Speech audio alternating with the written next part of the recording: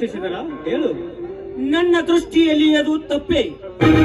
ನಮ್ಮ ಊರಿನಲ್ಲಿ ವಿಮಾನ ನಿಲ್ದಾಣವಾದರೆ ಪ್ರತಿಯೊಂದು ರೈತರ ಕುಟುಂಬಕ್ಕೆ ಒಬ್ಬೊಬ್ಬ ನೌಕರನಾಗುತ್ತಾನೆ.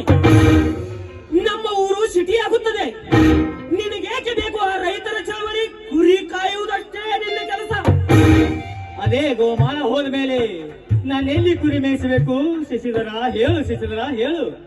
ಅಣ್ಣ, ಇವನ ಮಾತು ಮಿತಿ ಮೀರಿ ಹೋಗುತ್ತಾ ಇದೆ. ಹೇಳು ಇವನಿಗೆ, ಇಲ್ಲ ಅಂದ್ರೆ ಏನು ಮಾತಲೇ ಬೇಕೂಪ.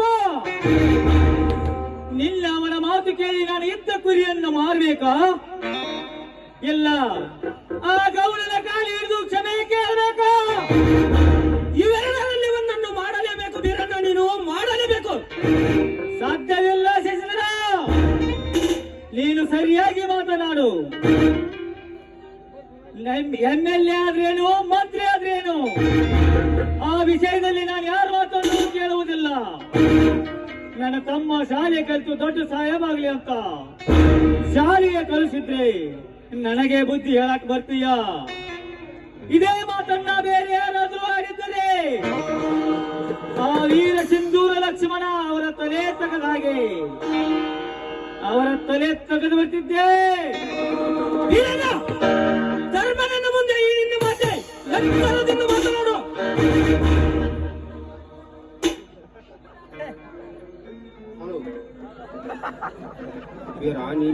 ನೀನು ಒಳಗಡೆ ಮಂಗಳ ಇವನನ್ನು ಒಳಗೆ ಕರೆದುಕೊಂಡು ಹೋಗು.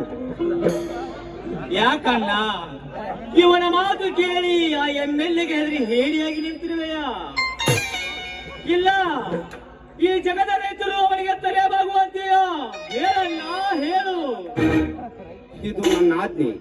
ಒಳಗಡೆ ಮಂಗಳ ಕರೆದುಕೊಂಡು ಹೋಗು ಇವನು ಒಳಗಡೆ. ಮಾತಿಗೆ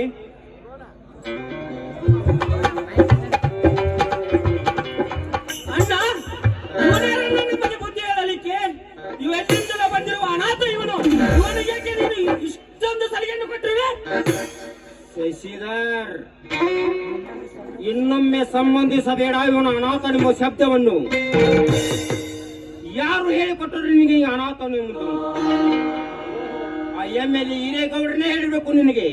ಹೌದು, ಆ ನನ್ನ ದೇವರು MLA ವೀರನಗೌಡ್ರೆ ಈ ಮಾತನ್ನು ಹೇಳಿತು ಅಣ್ಣ. ಈ ಅವನೊಬ್ಬ ಮನೆ ಮುರುಕ. ಅವನ ಮಾತು ಕೇಳಿ ಸಂಬಂಧಿಸಬೇಡಪ್ಪ, ಸಂಬಂಧಿಸಬೇಡ. ಅಣ್ಣ, ನೀನು ಆ ವೀರನ ಮಾತನ್ನು ಕೇಳುತ್ತಾ ಹೋದರೆ ನಿಮ್ಮಿಬ್ಬರನ್ನು ಎದುರಿಸುವ ತಾಕತ್ತು ನನ್ನಲ್ಲಿದೆ. ಬರುತ್ತೇನೆ.